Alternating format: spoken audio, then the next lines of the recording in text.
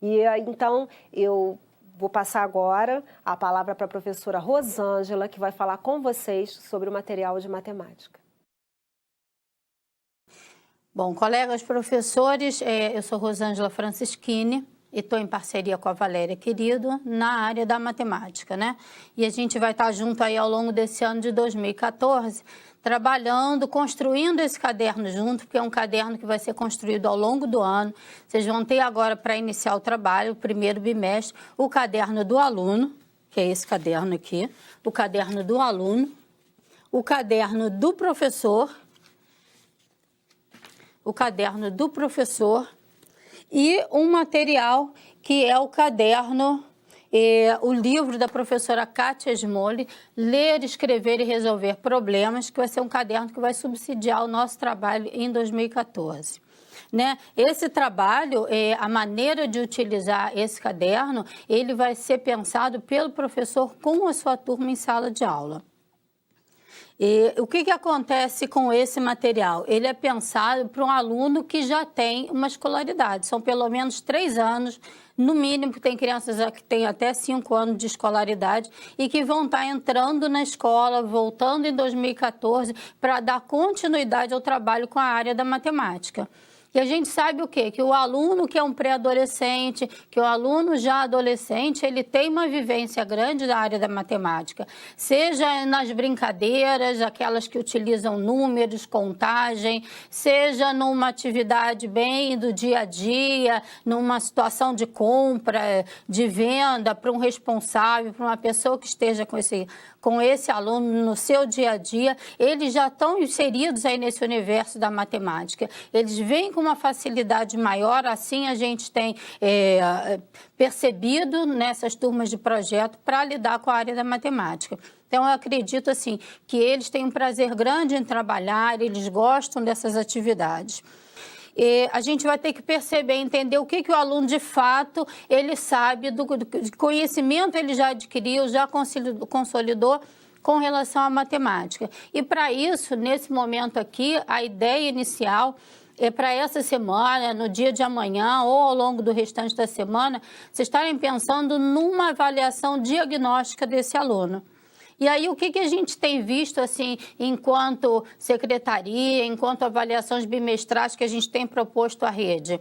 Que as crianças, elas têm muita dificuldade na questão da construção do sistema de numeração decimal, principalmente na questão do valor posicional, quanto vale um número, dependendo da posição em que ele ocupa dentro, né, que o algarismo ocupa dentro de um número, muda o valor que ele tem.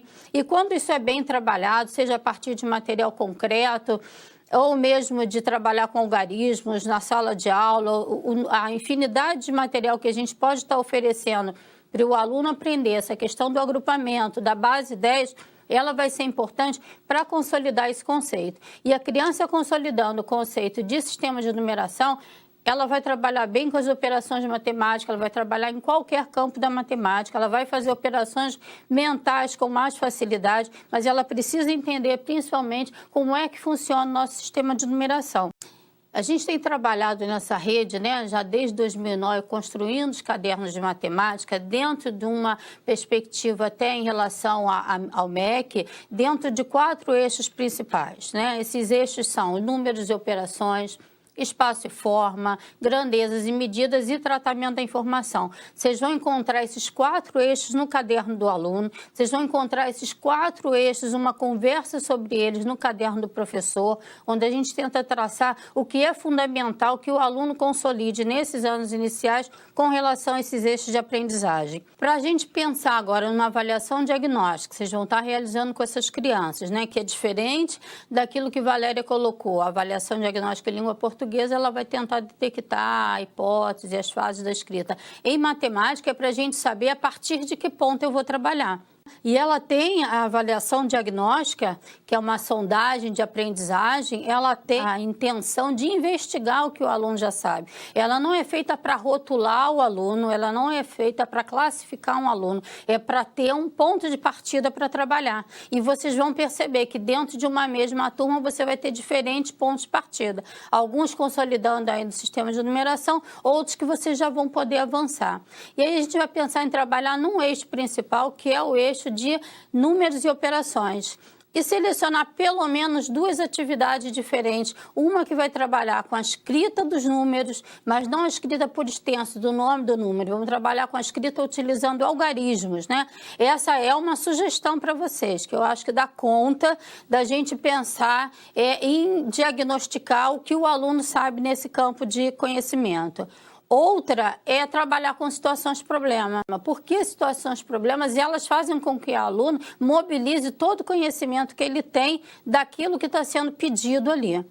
Quando a gente pensar, então, num ditado de numerais para ver essa escrita utilizando algarismos, é interessante que vocês conversem com os alunos, que não é um ditado como eles estão acostumados a fazer, é um ditado de algarismos, de numerais, que eles vão ouvir e vão reproduzir o que eles conhecem daquele número.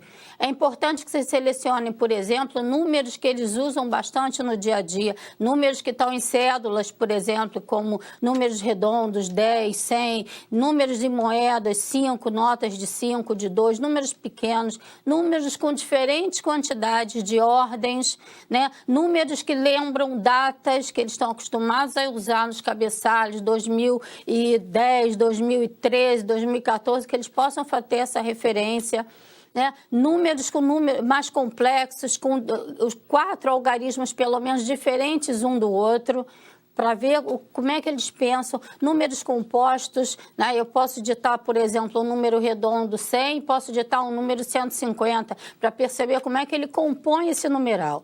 Então, assim, a escrita do número vai te dar a dimensão do campo numérico que essa criança já domina, e a gente vai poder, a partir dali, ver a partir de onde a gente vai precisar construir com ele, consolidar e avançar nessa escrita, né? Porque a ideia é, pelo menos, até o final do 4º bimestre, a gente está entrando aí na unidade de milhar, trabalhando com essas crianças para eles irem para um próximo ano com essa escrita mais consolidada e com essa conservação de quantidade mais consolidada.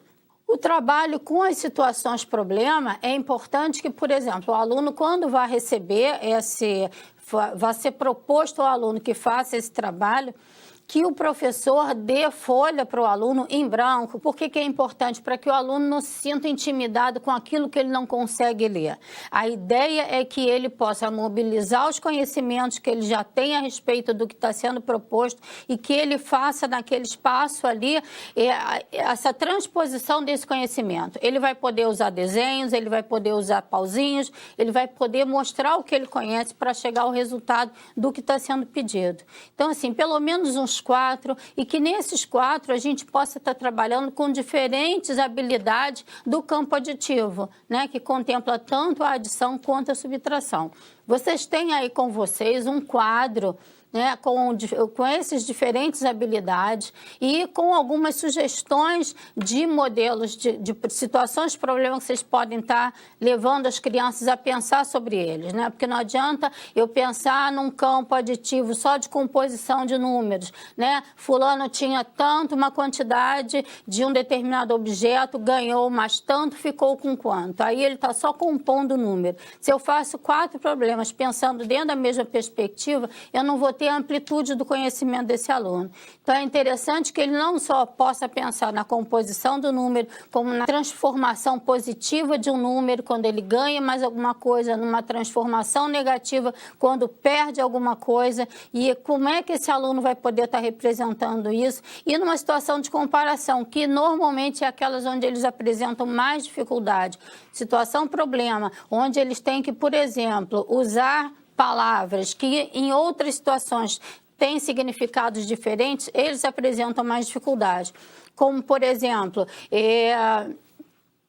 a gente pode usar um nome qualquer, Joana tem 12 anos, seu pai tem 38. Qual é a diferença entre a idade dos dois? Diferença é uma palavra que, por exemplo, a gente usa em situações que não são sempre em situações matemáticas. Ele conhece a palavra em outros contextos. Então, assim, usar algumas palavras para perceber se ele consegue fazer a relação da palavra com a situação de escrita, usar situações em que ele vai compor um número, usar situações em que ele vai poder transformar um número, pelo menos pensando em 4 perspectivas diferentes dentro da composição desses problemas e deixar que eles expressem a maneira como eles conseguem chegar ao resultado pedido. Vocês têm aí no acervo da escola de vocês esse kit da professora Beth Ogliari e que ela traz também algumas sugestões no primeiro CD de avaliação diagnóstica. Então, é um kit composto por 4 CDs, tem muitas atividades interessantes. No primeiro CD, ela tem algumas situações, algumas sugestões de avaliação diagnóstica, né? O que eu estou dando para vocês aqui é uma sugestão de uma forma mais imediata, que vocês vão estar com as crianças amanhã, e é importante perceber para poder usar o caderno. Esse caderno ele traz uma amplitude muito grande de exercícios, de atividade, trabalha com os 4 eixos fundamentais e aí, a partir da avaliação diagnóstica, esse material na mão do professor, ele vai poder selecionar que atividades estão coerentes com que aluno. Vão ter alunos que eu vou selecionar os mais simples, os mais complexos. Vai ter aluno que eu vou precisar oferecer material concreto para ele poder dar continuidade ao conhecimento dele. Aqueles que já por vivenciarem na vida cotidiana deles uma interação grande com a área, eles vão poder até auxiliar, servir de monitores para aqueles outros alunos. Estar fazendo um diagnóstico para saber de onde partir, por que partir e sempre solicitar e estar incentivando a autoestima daqueles alunos com uma competência já mais elaborada que auxiliem os outros alunos. Bom, esse quadro que vocês estão vendo aí agora é o quadro que vocês têm aí em mãos, esse quadro que vai servir de subsídio para vocês estarem pensando esse teste diagnóstico que vocês vão estar aplicando às crianças, né?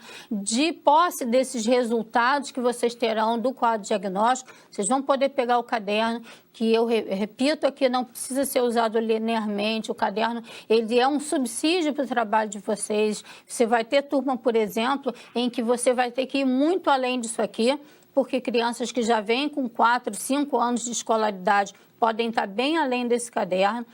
E aí vocês vão poder, a partir dessa diagnose, feita essa tabulação de resultados, selecionar e escolher as atividades que melhor se adequam à turma de vocês. Então, aí com o itinerante que está aí presente na turma de vocês, vocês vão pensar, então, agora em elaborar, pensando no eixo de números e operações, atividades que vão dar esse suporte, esse material para vocês. Né? A gente volta numa outra oportunidade, lembrando também que esse caderno vai ser construído, esses cadernos que ainda virão, serão construídos junto com vocês. Então, é importante que o professor, a partir desse primeiro contato com o material, ele dê um retorno do que ele percebeu do material, no que o material pode ser melhor trabalhado, melhor desenvolvido, e a gente, de posse dessas colocações de vocês, vai estar pensando em melhorar e atender adequadamente a demanda da nossa rede. Então, um bom trabalho para vocês.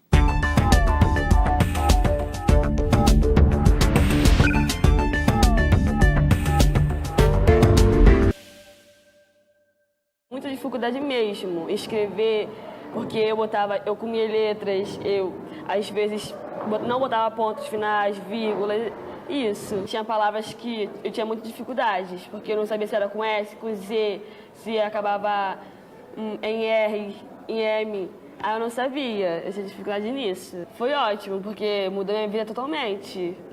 Porque eu passei de ano, eu estou escrevendo uma nova página na minha vida. Eu posso dizer que eles escrevem a cada dia uma nova história para eles. Uma nova história com perspectivas, com objetivos. E chegaram aqui tão desiludidos, tão entristecidos, mas hoje eles têm perspectivas e objetivos. Estão escrevendo, sim, uma nova história.